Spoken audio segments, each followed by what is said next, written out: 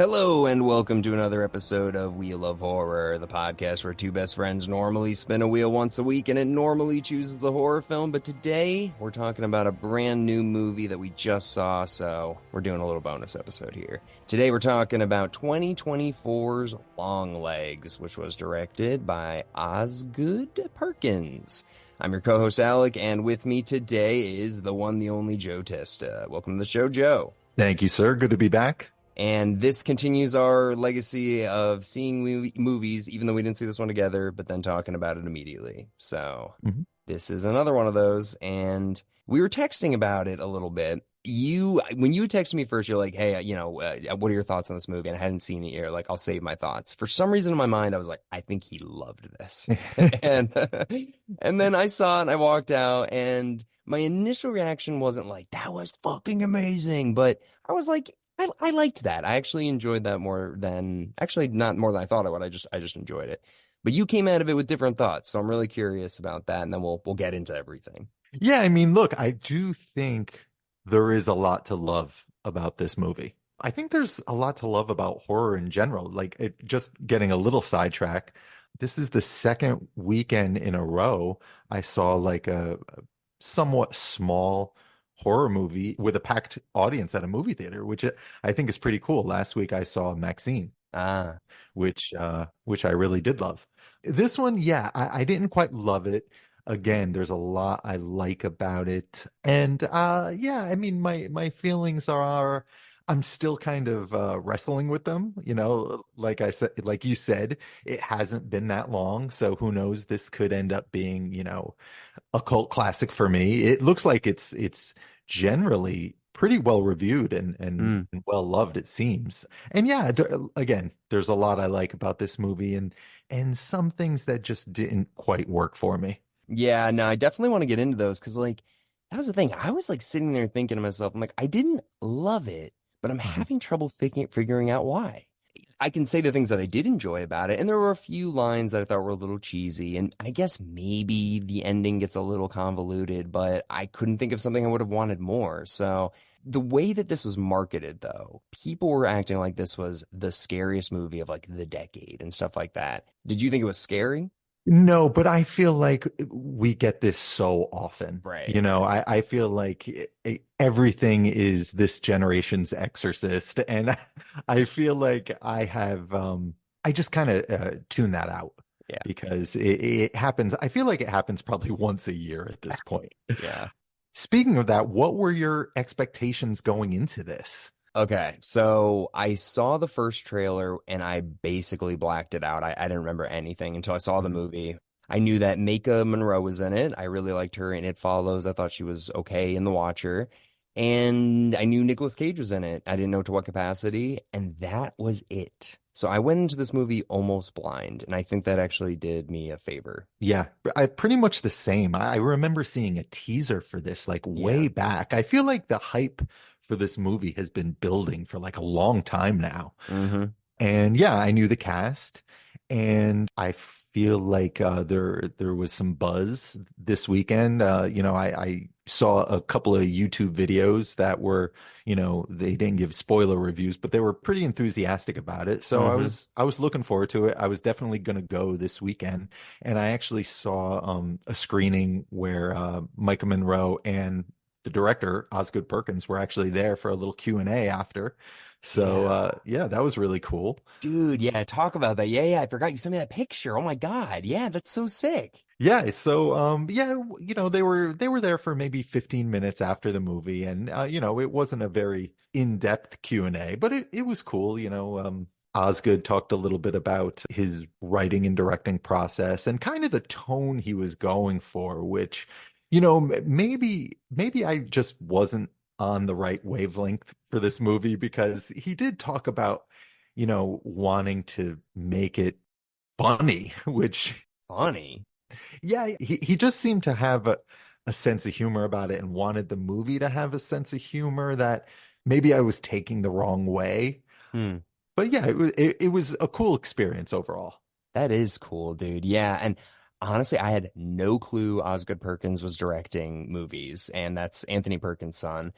And Anthony Perkins also directed Psycho 3. So I was like, okay, so he directed movies too. So like he probably was on set with his dad, like, hopefully that's what I imagine in my head. But yeah, that was really cool to see. And I had no idea, but the second his name came up, I was like, I know that name. And then immediately it clicked Anthony Perkins kid, Legally Blonde guy. And then, yeah, so I'm sorry, that's very cool. That's very cool that you were able to experience that. Was Maika Monroe like as subdued as she is in the film?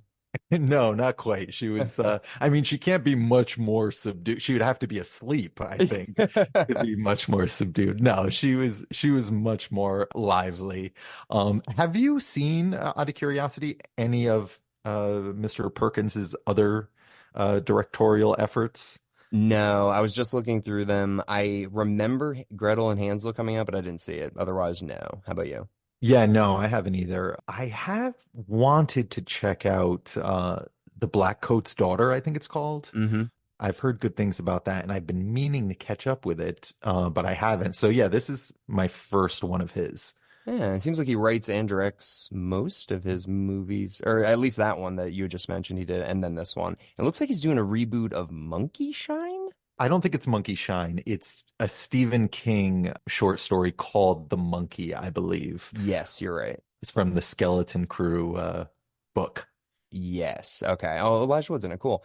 Yeah. So like he's definitely like I'm gonna pay attention when for his movies when they come out more because like I enjoyed this enough and the fact that he wrote and directed it I like that because I'm like oh this is his like vision like totally his little baby. Yeah, and listening to him speak, it definitely seemed like he made the movie he wanted to make. And it was interesting hearing him talk about the look of the movie, which, whatever complaints I have about this movie, it looks great.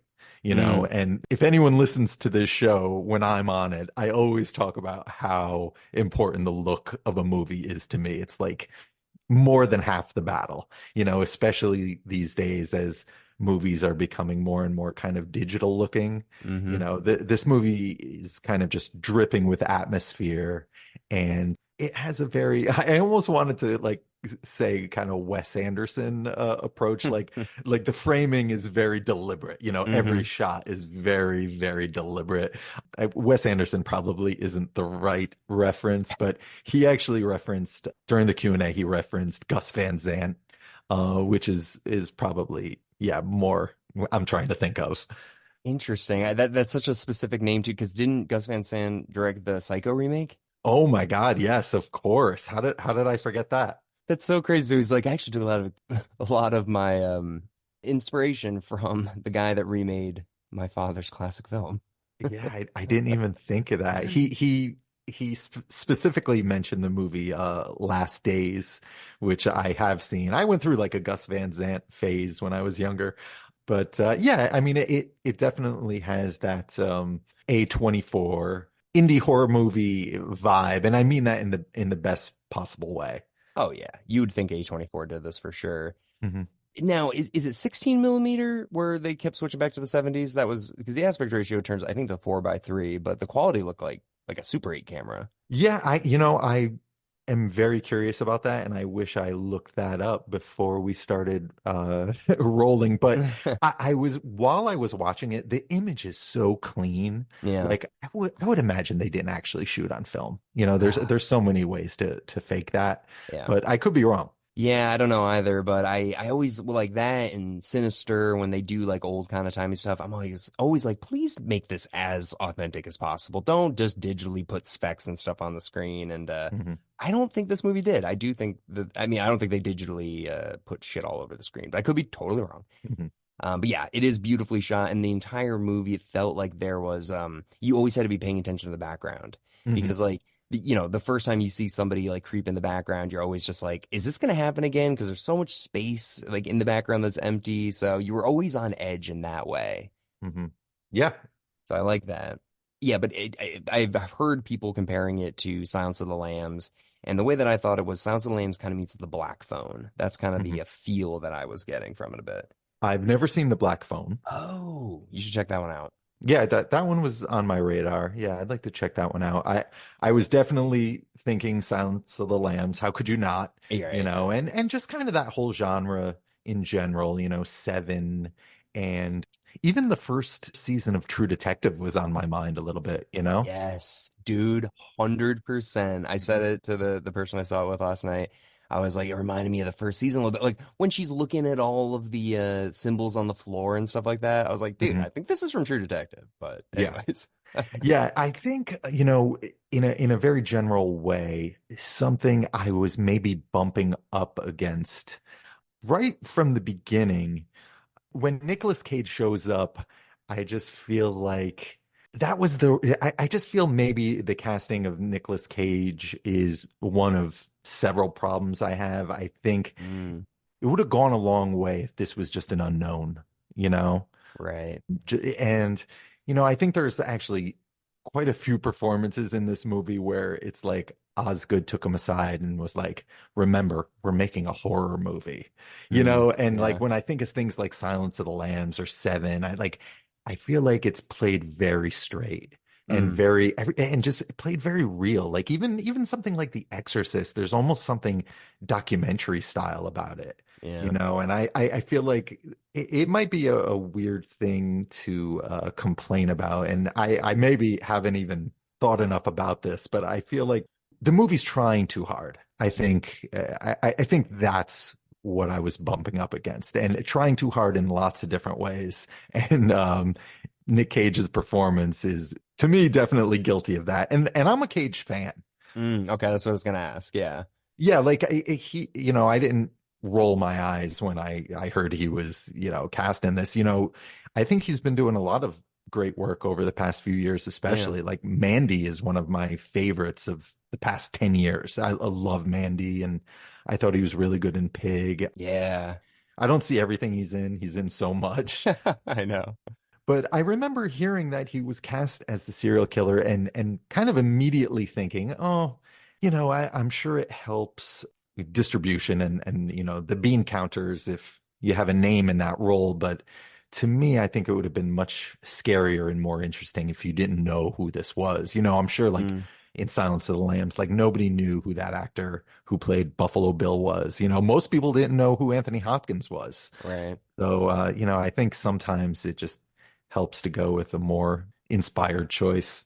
Okay. So I have a question for you then. So let's say they pulled a Usual Suspects, or was it Seven? Whichever one they don't announce Kevin Spacey's in the movie. Mhm. What if they did that for this movie? So we actually didn't know Nicolas Cage was in it, and then at the end it says and Nicolas Cage. How would you feel about that? I kind of love that. Yeah. Yeah, and Nicolas Cage is such kind of a meme or a punchline these days. Right. It's so I wouldn't want that to.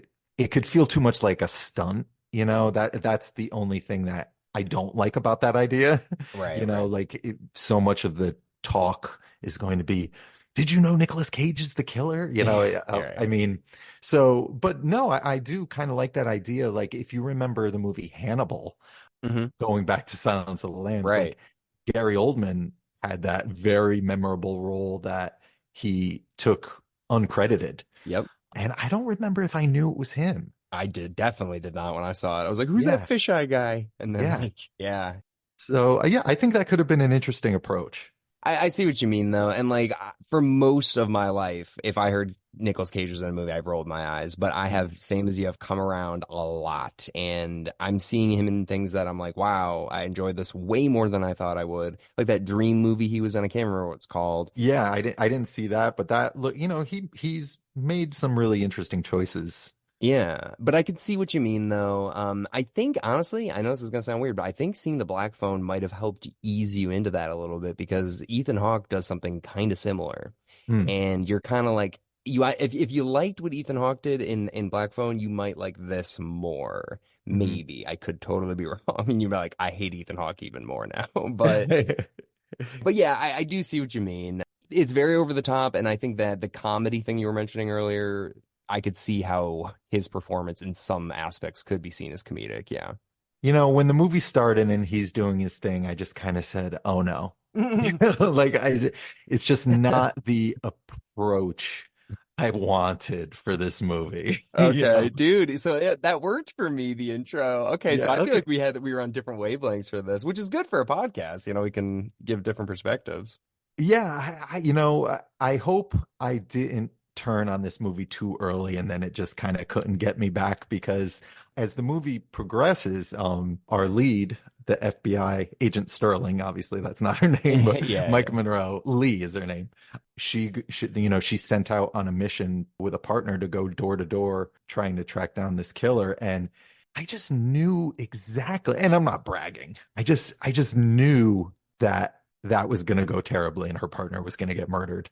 Oh, okay. I didn't. Yeah, I mean, and again, I'm not bragging. I'm not saying, oh, I'm so much smarter than Osgood Perkins, but yeah, it was a rough start for me Hmm. to this movie, and I wasn't sitting there with my arms crossed the whole time. The movie did, definitely have its moments later on for me.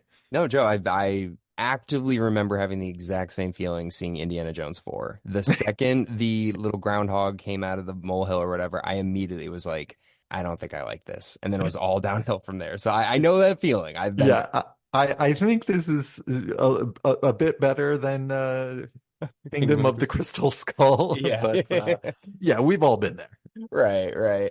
I will say one thing though, not that I'm saying I'm smart either, but I saw the mom being part of it from a mile away too. Like that was the one thing where I was like, it has to be her. Like she's Mm. definitely, and she's too creepy. I did see her having a connection to the cult. I didn't know what it was going to be. I didn't know, all the stuff of her having to be in the house and doing it and witnessing it. I didn't know that, but I was like the mom, like because they kept mentioning like the Manson family and it's a cult and maybe there's other people and then I'm like, well, who else is around? And the mom's creepy as fuck. Mhm. So and she's also in the area too, so that's why I was like, yeah. So I did kind of see that coming. Interesting. Now that you say it, I definitely should have suspected her, but I didn't, even though, yeah, she's another one that's just kind of playing it to the hilt. Like again, I just feel like he went to some of these actors and was like, remember, we're making a horror movie, and it's just like I think I just would have preferred a different, more kind of grounded approach to some of this. I see what you mean. And that's just a personal preference. And I went in with my own expectations. Well, Maika Monroe, how did you feel about her? Because she was pretty like subdued. Yeah, yeah, definitely. She's definitely not over the top. Yeah, I like her, and I feel like she's garnered a lot of goodwill through her career with some of the choices she's made. Like I love It Follows, I think Hmm. it is like a modern classic. And yeah, she was good in The Watcher. I didn't love the movie, but I thought she was Yeah. good in it. The Guest. She's made some cool movies. So yeah, and yeah, she was good in the movie.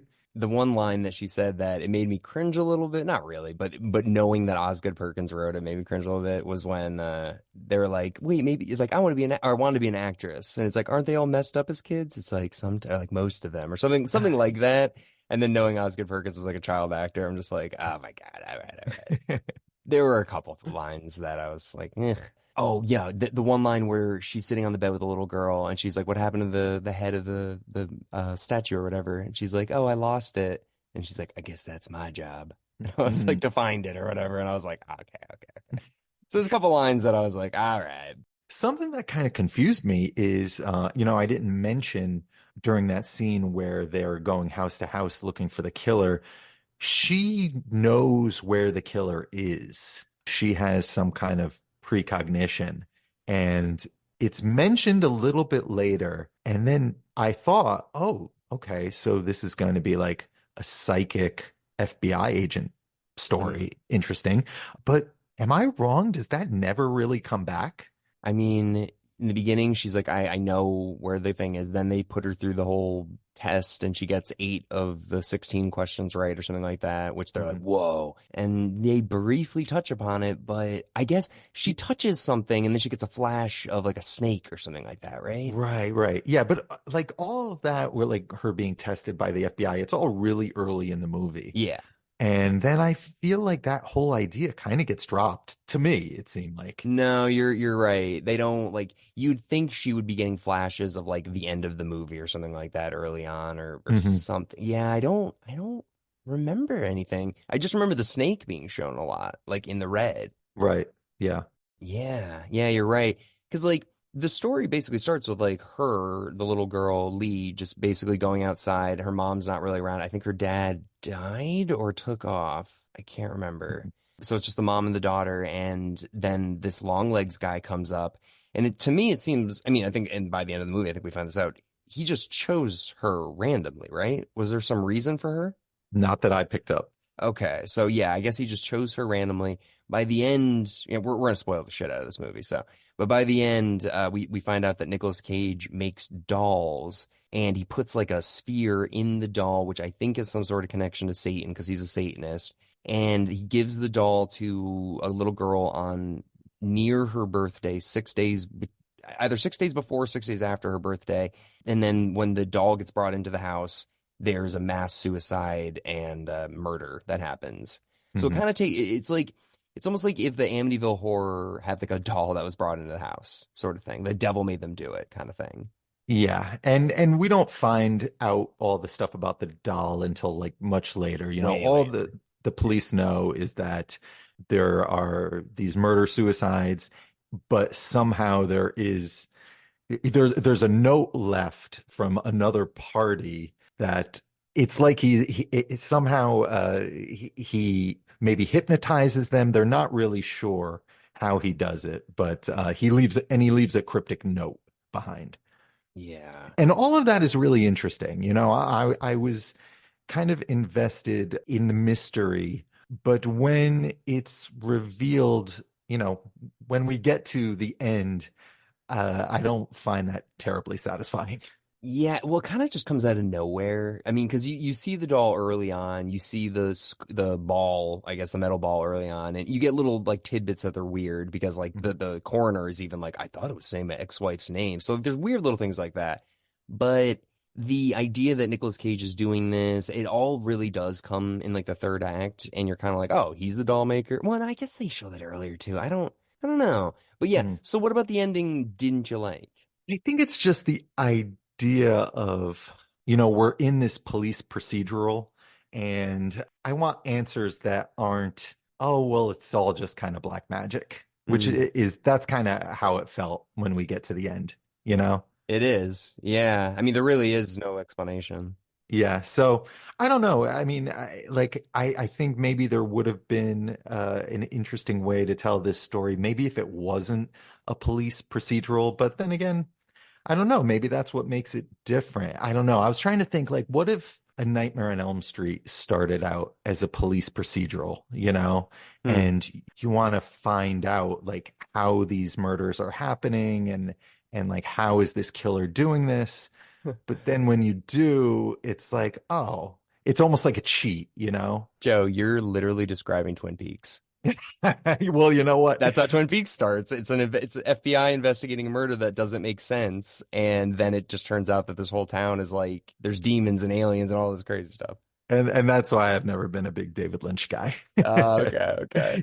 Maybe it could work. Maybe it could work, but I don't know. Like when the mystery kind of pulled me in, I want to find out like, I want their investigation to pay off. And I didn't want it to just be a supernatural explanation. That's but not to say there weren't like really effective scenes that came out of it. Yeah, I think you saying that that's probably I think why I didn't leave the theater thinking this was incredible because they don't sink the landing.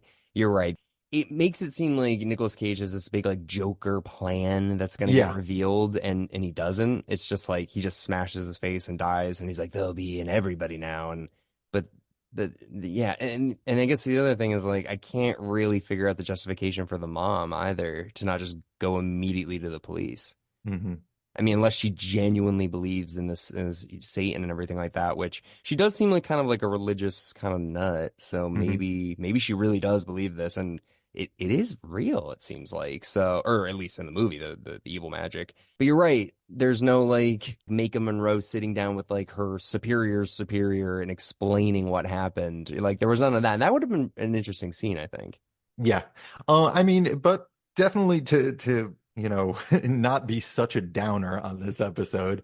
I do think when we get some of the flashbacks to the murders, like those are some really creepy, really well done scenes when, there's this moment where we see like, this silhouette of Satan, I Oh, think, it's yeah. really quick and it's very creepy Yep. and the dolls, that is some very effective shit. And, one of the reasons I think horror movies continue to do really well is, when I saw this with a packed audience, you could tell, you could feel that there were moments that were the audience was very unnerved. I could feel it, so and that was a fun experience. I cannot believe I forgot to say this. So yeah, it didn't at the time feel that scary. But dude, last night I got up to pee at like 3:30 in the morning and I could not get the image of the black eyes underneath that black silhouette, like the devil's eyes or whatever. Yeah. Could not get it out of my head last night. I'm sitting in the dark trying to go to sleep.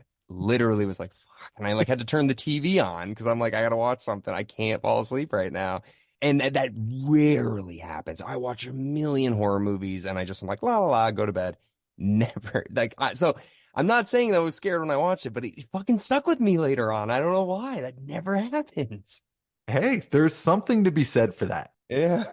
I have a lot of quibbles with this movie, obviously, but if it can give you a few images that you take home with you and cause you to lose a little sleep, that's something, So I'm definitely this movie, it wasn't a home run for me, but I'm definitely gonna probably check out some of Osgood's other movies and I kind of look forward to whatever he's doing next. This Stephen King movie, cool. I'll check it out. Yeah, I think I will too. I'm more interested now, after seeing this, obviously.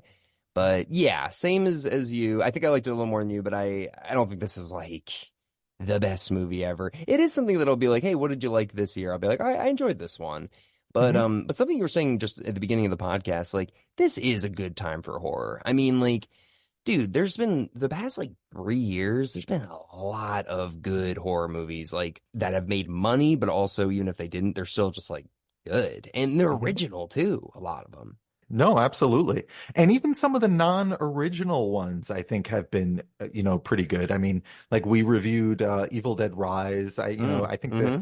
the reaction to that was kind of mixed, but I thought it was really good. And yeah, the list goes on and on. I mean, I'm sure there's plenty of stinkers out there too. I mean, Yeah. I don't know about you, but I sat through probably 10 trailers before this movie. Like Yeah. AMC is absolutely punishing with their trailers, and that Yep. that might have put me in a sour mood. That may have affected my viewing experience. And there looked like there were some interesting ones coming out, and then some that I'm going to avoid like the plague. But yeah, I mean, it's definitely an interesting time for horror movies. Dude, yeah, seriously, the trailers were it was all horror movies. And Mhm. yeah, I mean, I'm gonna see Alien Romulus, I know that. Oh yeah. You know. Yeah, but overall, yeah, it's I think it's worth seeing. And if you're into I guess like yeah, like Silence of the Lambs or Seven, those kind of movies, and especially like I thought it was interesting that it took place in the 90s. That was just like an interesting choice. It didn't need to Mhm. happen. Like, like the beginning of the movie could have taken place in the 90s and this could have taken place now, but I liked it. I liked that they chose. And there's like little things that you could just tell as a 90s, like she's smoking a cigarette, like super Mhm. casually. And I don't know, you don't really see that very much in horror movies nowadays.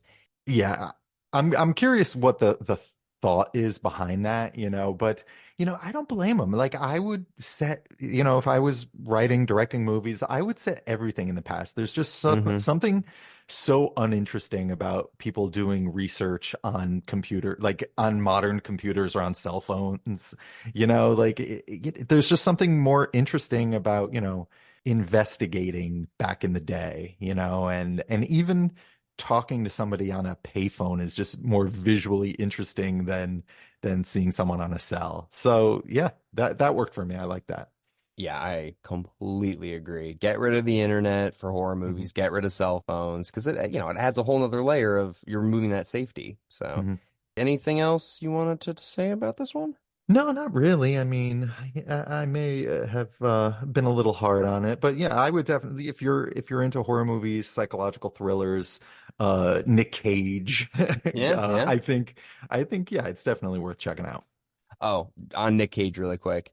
Who do you think he looked like? I know who I think he looked like, but I'm curious if this is like a universal resignation. Who do you think he looked the most like? I thought he was reminding me a lot of Buffalo Bill, with the long blonde hair, and also I had Silence of the Lambs on the brain. It Eh, was like Buffalo Bill and the Joker was kind of a mix between those two. What were you thinking? dude, all I could see was Marilyn Manson. Oh, sure. Yeah, that makes sense. Yeah, if he had black hair instead of blonde, yeah, you're right. The face, dude, there's the structure of the jaw and the Mhm. nose, like it just really, yeah. Well, anyways, yeah, everybody, check it out. Let us know what you think. Hopefully you enjoy it, or if you don't, that's okay. Thank you, Joe, again, also for joining us, and you know, you'll be back soon, very, very soon, I'm sure. Looking forward to it. All right, everybody. Well, yeah, I don't know what's coming out next, but we'll see you soon with something.